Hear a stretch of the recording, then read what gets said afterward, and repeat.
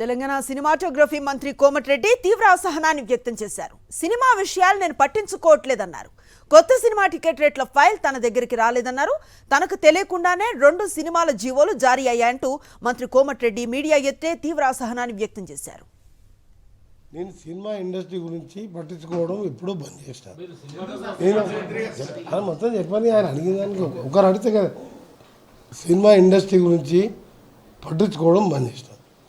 పుష్ప తర్వాత నేను కొత్త బెనిఫిట్ షోకు సినిమా టికెట్లకు పెంచమని నా దగ్గరికి రావద్దు అని వారం 10 రోజుల కింద కూడా ఏదో టీవీలో ఇచ్చిన. మొన్న ఆ మధ్యలో 2 రిలీజ్ కానీ, నిన్నగాక మొన్న ఒక రిలీజ్ కానీ, రేపు రిలీజ్ కాబోయే కాదు నా దగ్గరికి ఫైల్ రాలేదు. ఆ 2 సినిమాలు కూడా నేను ఎట్టి పరిస్థితుల్లో అప్లికేషనే పెట్టుకోవద్దు, నన్ను కలవద్దని చెప్పినా నన్ను ఎవరు కలుస్తలేరు.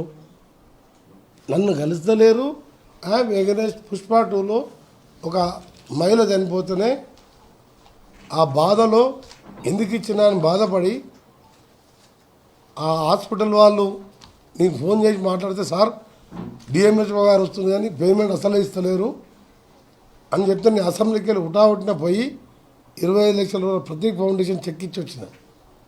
మీరు గుర్తుపెట్టుకోండి, ప్రొడ్యూసర్ పంపలే, గవర్నమెంట్కి వెళ్ళి ఉండే అమౌంట్ రిలీజ్ కావాలంటే ఒక ప్రొసీజర్ ఉంటుంది.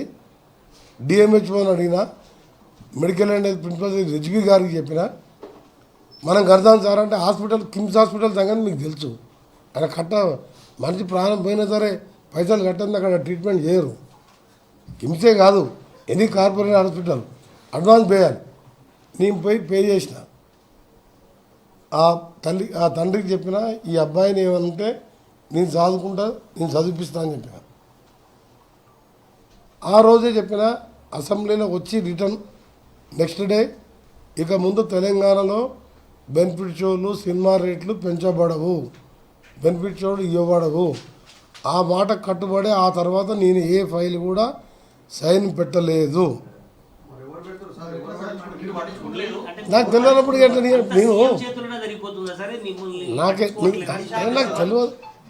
మన మొత్తం నల్గొండలోనే ఉన్న హైవే మీద నేను సినిమా ఇండస్ట్రీ మీద నేను దృష్టి పెట్టదలుచుకోలేదు.